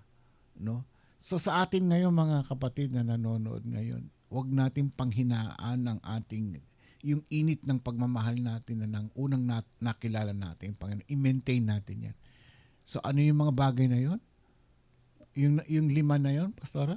Yung Prayer, prayer. Word of God, Mm-hmm. worship, fellowship, and service. Yan. Yun ang mga... At saka hindi lang yan. Marami pa tayong magagawa na para mag-init yung ating relasyon sa Panginoon. Yung pagsisilbi sa Kanya. Kasi kung mahal mo ang isang tao, parang yung babaeng minamahal mo o lalaking minamahal mo, kung mahal mo siya, yung bang lagi ka nagpapapansin sa kanya, lagi kang pumibisita, amoy mabango ka parate, lagi ka may dalang bulaklak, di ba? Yung mga ganung bagay na pa-sweet tayo sa ating mga minamahal. Lagi mong tinatawagan, nagte-text ka sa kanya, di ba? Bakit sa Panginoon hindi natin nagagawa yun? Samantalang siya yung pinaka-salvation natin. Siya yung destiny natin . Di ba? Siya yung buhay at pag-asa natin. So, ba't di natin ginagawa? I'm just curious. I'm just sharing this kasi I was once upon a time, ganyan din ako, na wala akong pakialam. Pero nung makilala ko ang Panginoon, nagkaroon ako ng takot, nagkaroon ako ng worry ko about, Lord, ayokong mamatay na sa impyerno ko na pupulutin. So, I do all my best na paano kita mapupurihan, paano kita mapapasalamatan, and all the blessings na natatanggap ko. Until now, blessing ko kanina lang. Dami. Sunod-sunod. Ilang beses kong sineshare dito sa iRadio ang blessing ko. Diba? Kasi meron tayong kasing init sa Panginoon. Yung pagmamahal natin, yung fire na nararamdaman natin sa Panginoon. Kapag meron yon, kaya tama sabi mo, Pastora, kung usok na lang. Kung may usok, di ba sabi nila pag may usok, may apoy. So wag natin pabayaan na mawala yung usok. Kasi pag nawala na yung usok, that's it. Wala na tayong pag-asa sa Panginoon. Ang tanong natin dito, bakit ba tayo pinanghihinaan ng init sa Panginoon? Yun nga, Papsi, dahil nga dito sa mundo, Mm. maraming mga problema, 'di ba? Minsan nga hindi mo nga wala kang problema sa sarili mo, ang problema mo iba. Pero dala-dala mo, Mm. naapektuhan ka rin, 'di ba? Mm. So, Mm. yun po, kasi hanggang nandito naman talaga tayo sa mundo, katulad ni Job. Sarap na sana buhay niya, 'di ba? Dahil ang Lord ay talagang tuwang-tuwa sa kanya. Kaso nga may Satanas na akyat panaog dito sa lupa, 'di ba? At aakyat sa Panginoon, sa Diyos. Uy, kaya mo lang naman bini-bless yan, kasi kaya lang naman Mm. naglilingkod at nagpupuri yan sa'yo kasi bini-bless mo, eh. Mhm. So, ang ano dun, alisin mo yung blessing. Mhm. Tignan ko kung hindi ka niyan. 'Di ba? Kumbaga, hindi talaga tayo mawawalan ng mga problema dito sa mundo dahil merong kaaway at na humihiling sa Diyos at actually pinagbibigyan ng Panginoon, to test, 'di Mhm. ba? Mhm. To test our faith sa Panginoon, to test na sa kabila ng mga ibibigay na pagsubok sa'yo, still ka pa rin ba magpupuri sa Panginoon? Amen. Pero ang Amen. importante yung kabilin-bilinan ng Panginoon kay Satan na sige, binigyan siya ng permission, pero huwag mo siyang papatayin, Mhm. 'di ba? Mhm. May ano. So yung Papsi, sa mga problema, minsan simpleng problema lang, nanghihina tayo, Yan, totoo na yan. nanlalamig tayo. Yan. Yan, pag So you have to nagkaroon, fuel again. kailangan refuel, ano? May tanong dito. Ang sabi, Pastora, how do we activate the power of the Holy Spirit or presence of God aside from praying? Pastora, pag ang Christian po ba nawala ng oras para manalangin at magbasa ng salita ng Diyos, ibig po bang sabihin wala ng Holy Spirit sa atin? Okay, dun sa unang tanong, paano natin ma-activate yung power ng Holy Spirit o yung presence ng Lord aside sa prayer? Yun nga, katulad ng sinabi mo nga, Papsi, actually, sinagot mo na nga na yung bang magpatuloy tayong maglingkod sa Panginoon. Kasi kung ikaw na Kristiyano ay wala kang ginagawa, kaya ang sabi ko minsan, Papsi, sa totoo dito sa bahay, nababagot ako pag wala akong ginagawa. Pero kapag may mga gawain, nagtuturo ako, at kailangan kong mag-aral, di ba? Katulad niya, hindi lang naman ito yung inaaral ko sa iRadio. Every Sunday, kailangan kong mag-aral para sa, talaga may time, may time na grabe ang aral dahil may mga gawain. Nabubuhay po ako. Kumaga, mas gusto ko po yung ganun. Mas buhay ako. Kesa yung walang gawaing bahay, madali lang matapos, tapos nakahiga ka lang, wala kang ginagawa. Boring, boring Papsi, nabobore ako. Sobrang bored ako. So maraming bumano. So ibig sabihin, paano natin mai-activate yung power ng Holy Spirit sa atin? Isang bagay lang, maglingkod ka, magpagamit ka. Kasi pag nagpagamit ka, katulad niya, nag-aaral ka, minsan inaabot ako ng 12 o'clock, 1 a.m., nag-aaral ako. Kahit na maayos na yun, nire-review ko pa yun, Papsi. Diba? Dahil sa pag-aaral mo ng salita ng Panginoon, ang dami mong nababasa, bago mo ito ma-share, bago ko ito ma-share dito, ako na yung unang-unang na-bless. Ako na yung unang-unang nabuhay dahil doon. So yun lang, ganun lang po kasimple. Na Mm. syempre kahit anong panalangin mo, Lord, kumilos ka naman sa buhay ko pero hindi ka naman kumikilos, wala kang action. Hindi mo naman ginagawa yung lima na yung Papsi, di ba? Prayer, Word Mm. of God, worship, Mhm. fellowship, service. Nako, di ba? Katulad niyan ako, Papsi, sabi ko nga, last week, Thursday, Friday, Saturday, Sunday, gasgas yung lalamunan ko, Papsi, dahil nga meron kaming patay sa sa church. Ako po yung nag-lead nung funeral service, nagpakanta hanggang linggo, hanggang libing. Pagdating ng linggo, may house dedication. Ang sakit ng lalamunan ko, pero pagod physically, pero spiritually, yun, para kang buhay na buhay ka. Amen. Masaya. Amen. So yun po yun, Mm. how to activate the Holy Spirit sa buhay mo, magpagamit ka. Amen. Sa pangalawang tanong, kapag ang Kristiyano daw po ay nawawalan na ng oras para manalangin at magbasa ng salita ng Diyos, ibig bang sabihin wala na ang Holy Spirit Mm. sa atin? Hindi naman po. Hindi naman po. Ang nawawala sa atin is yung joy, di ba? Sabi ko nga kanina, ikaw na Kristiyano, mahiga ka lang, matulog ka lang, wala kang gagawin. Masaya ka ba doon? 'Di ba? Hindi ka magiging masaya. Hindi magiging buhay. Hindi ka magniningas kung ganun lang ang lagi mong gagawin.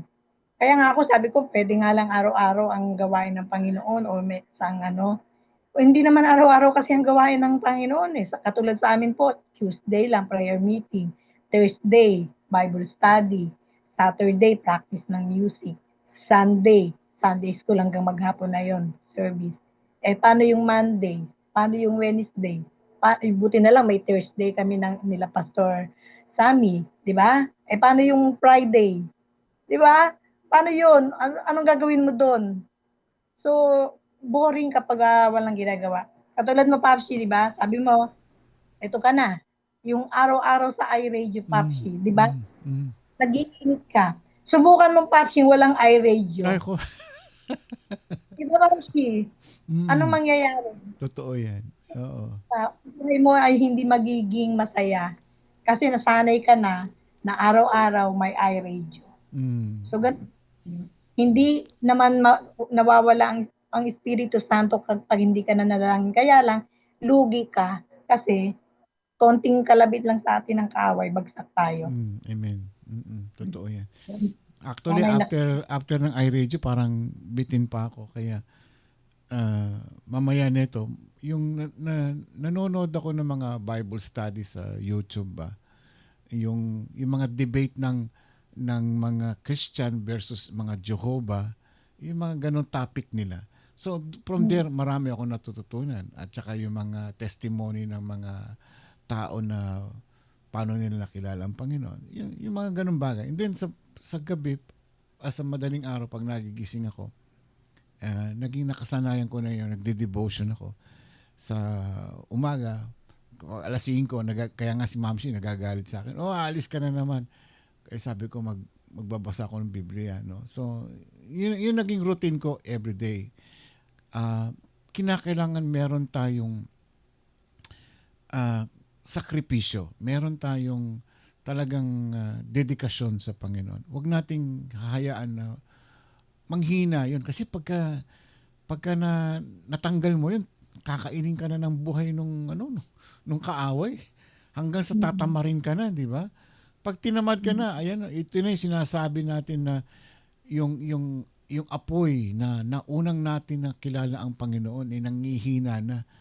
Yun ang nakakatakot kasi I once before na mainit sa Panginoon tapos nang hina ako, dumating ang pandemic at doon ako nagkaroon ng init. Ibinalik uli ng Panginoon. Siya na mismo nagbalik sa akin ng init na continuous ako mag-aaral, matututo ng kanyang mga salita. Kaya eto ko ngayon nakaupo sa araw-araw dito sa studio, nakikinig sa mga sinishare ng mga pastors dito at sa mga viewers natin na nasi-share din ako ng kanilang mga testimonies dito.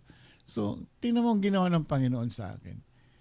Yan ang istorya ko kung bakit ako parating nakaupo nandito ngayon sa iRadio. Kung bakit na-establish ang iRadio. Dahil mismo ang Panginoon ang nagbigay sa akin ng trabaho. Ito ang gagawin mo. And so, ito. Tinutuloy-tuloy natin itong mga pinapagawa ng Panginoon. Kasi you have to realize sometimes, minsan kung bakit tayo dumadanas ng mga paghihirap, pagsubok, meron tayong kakulangan sa ating spiritual na buhay. Ayan. Ayun. Maraming salamat, Pastora. Ito po nga, Mm. ano tayo magkakaroon ng makahulugang devotional life. Ito rin po yun ang dapat nating gawin. Prayer, mag-ano tayo ng time sa Panginoon. Diba? Ng panalangin, devotion. Kaya ako natutuwa sa inyo pagka meron kayo yung ano yung pangalan to, yung discussion ninyo ni na Pastor Sammy. Yun. Maganda yung ginagawa niyo yun. Pag nakikita ko yung mga activities niyo ganun. See? That's the work of the Holy Spirit, yung mismong tayo nagbibigay tayo ng ilaw sa bawat isa na nanghihina ng ating espiritu ng ating yung ilaw ng ating pananampalataya sa Panginoon.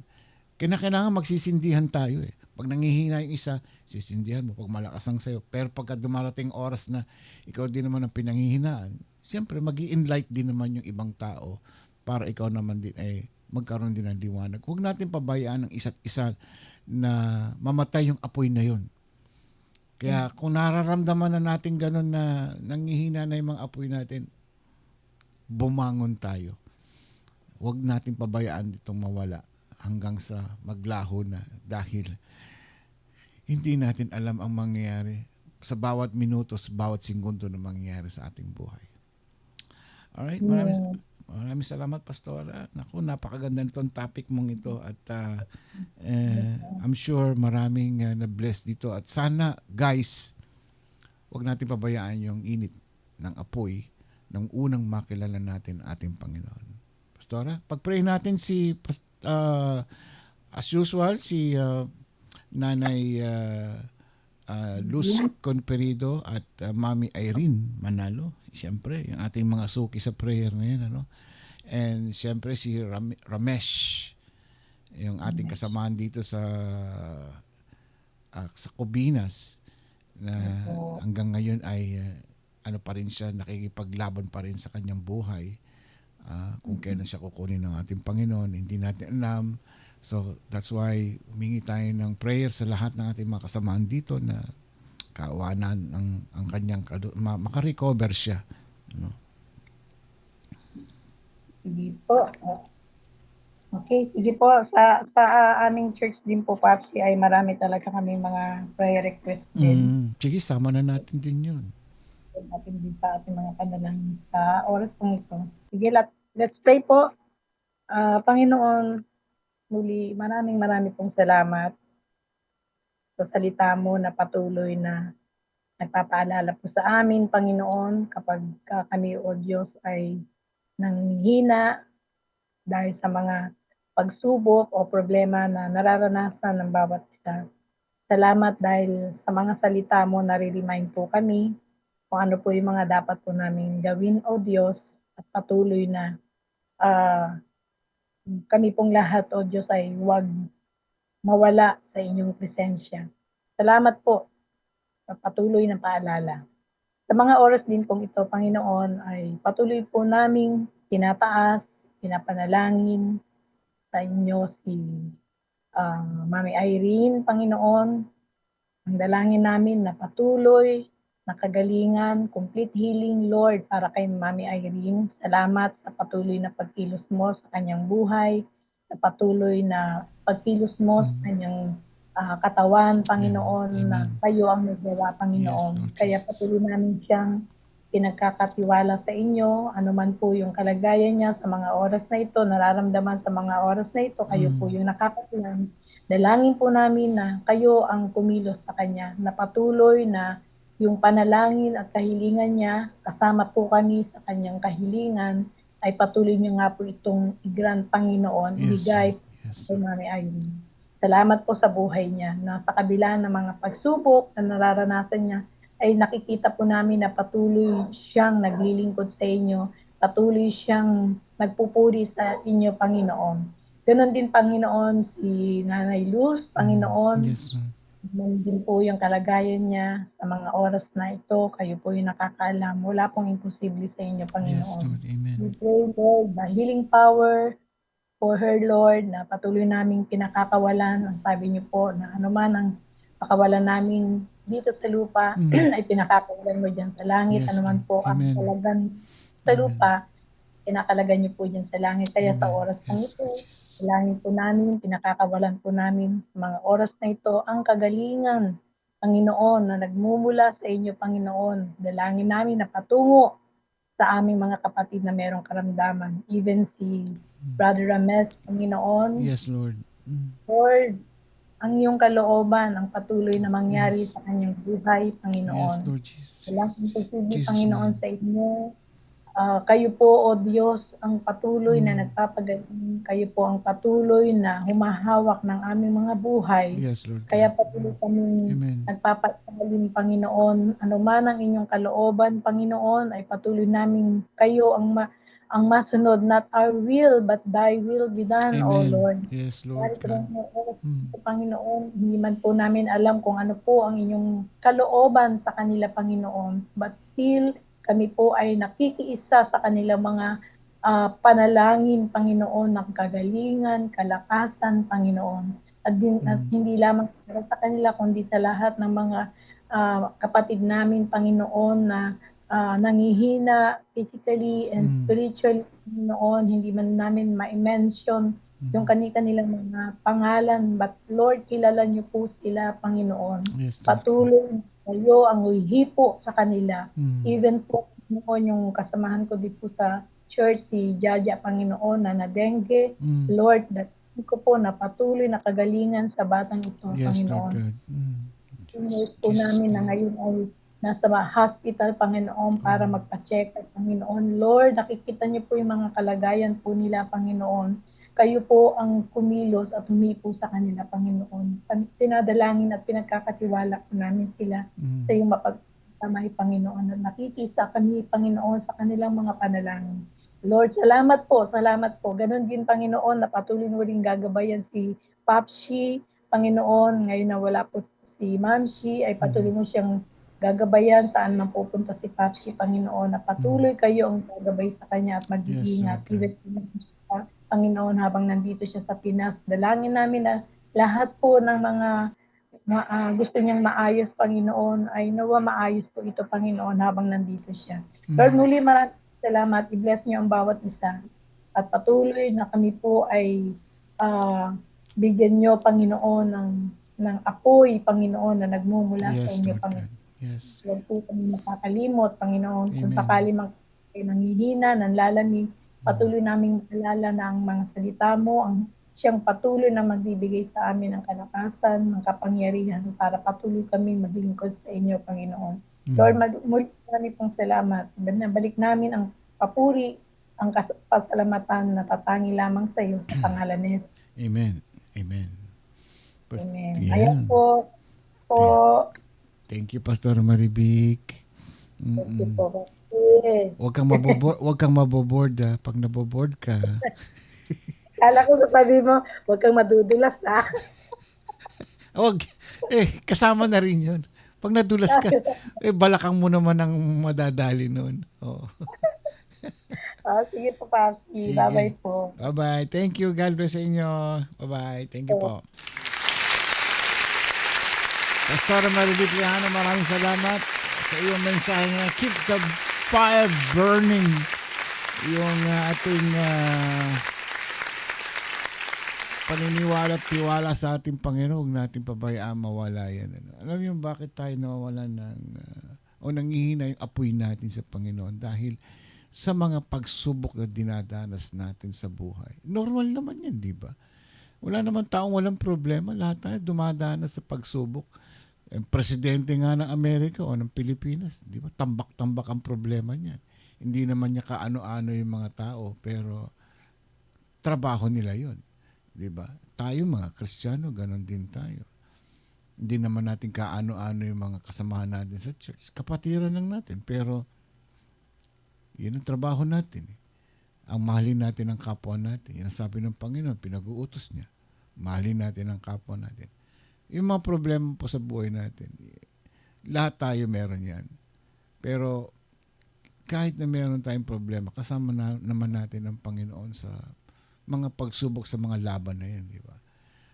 Ito yung nagpapatibay ng ating spiritual, ang ating paniniwala sa Panginoon. Kapag nag-grant o naipagkaloob ng Panginoon sa atin yung mga gusto natin, yung mga prayer request natin, di ba, ang saya-saya natin.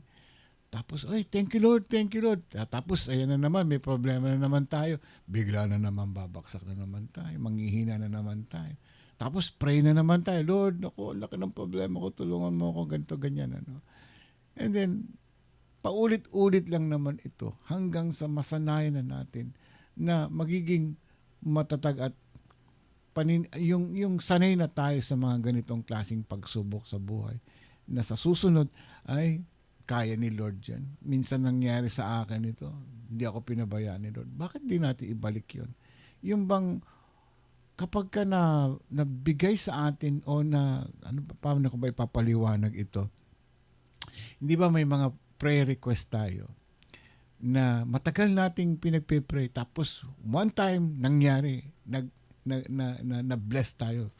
No? Tuwan-tuwa tayo, di ba? Ang saya-saya natin. Lord, thank you, Lord. Talagang hallelujah. Talagang talon tayo sa kagalakan. Tapos eto na naman yung pagsubok. Bakit hindi natin gawin pareho yung na-bless tayo, tapos at saka yung may mga trials tayo na nagpe-praise pa rin tayo sa Panginoon. Let's do it the same thing. Di ba? Ganon din naman yun. Yung problema, matatapos din eh. Yung blessing, darating din yun eh. So, same thing. Advice ko lang. Kasi ganito yung aking na-experience. And I'm just sharing to you guys. Sa mga doon, sa mga hindi pa naka-experience ng mga blessing at yung pagsubok na up and down and up and down yung ating init sa ating Panginoon. Maraming salamat po sa inyong lahat. See you guys tomorrow. Wala pa rin si Ma'am si, hintayin natin mamaya. At sabi niya magkikita daw kami. Ewan ko, saan na naman niya ako dadalhin mamaya. At, mamimili ata siya ng mga karagdagang whatever. Hanggang bukas po muli, in behalf of Ma'am si, ako po si Ramon Pascual. See you guys tomorrow and enjoy your lunch. At sa mga ating mga mandyan, kita-kits tayo.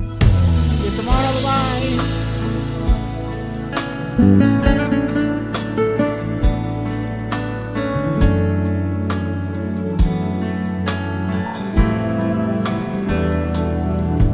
Nung una ang akala ko ang buhay ko ay di na magbabago. At kahit ano pang gawin, ako'y bumabalik sa maling gawain. Marami na akong sinubukan,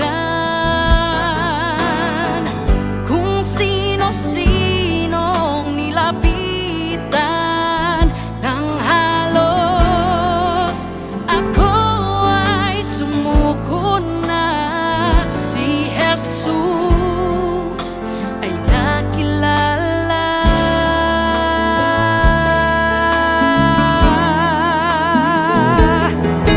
Ang aking buhay ay binago niya pagmula nang ako'y magpasya. Sa aking puso'y pagharikin siya. Anong himala ako'y nagiba. Kasalanan ko ay pinatawad. Ginawang anak niya sa langit pupunta. O kay buti ng Diyos at ako'y binagat niya.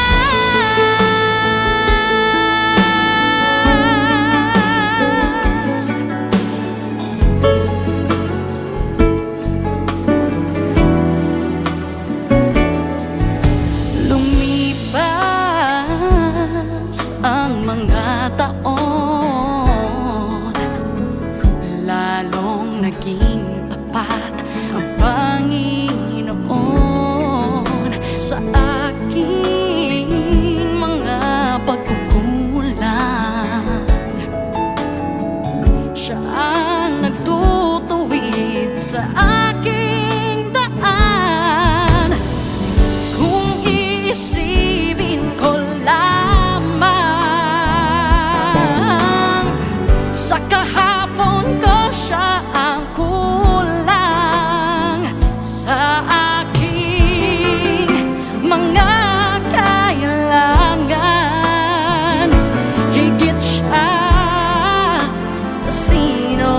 pa man,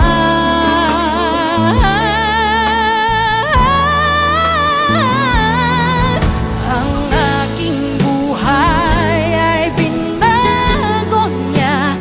Magmula nang ako'y magpasya,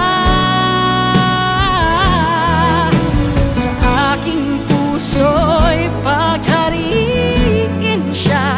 Anong himala, ako'y nag-iba. Kasalanan ko ay pinatawad. Ginawang anak niya sa langit pupunta.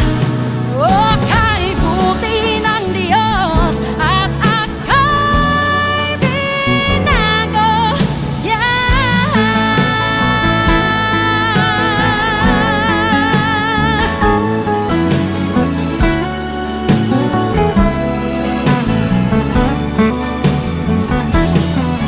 Kasalanan ko ay pinatawad.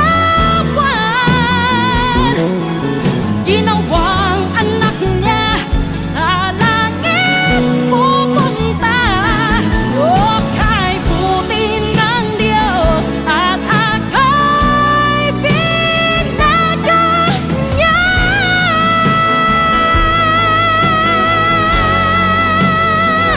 Binago niya.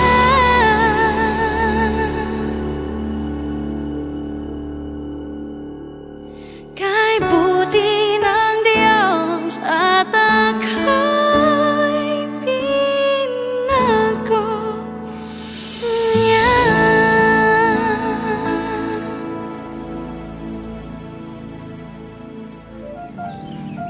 Magandang araw. Ako po si Pastora Marivic Lijano Cruz at ito ang iRadio, naglilingkod para sa sambayanang Pilipino. Ito po ang iRadio, naglilingkod para sa sambayanang Pilipino.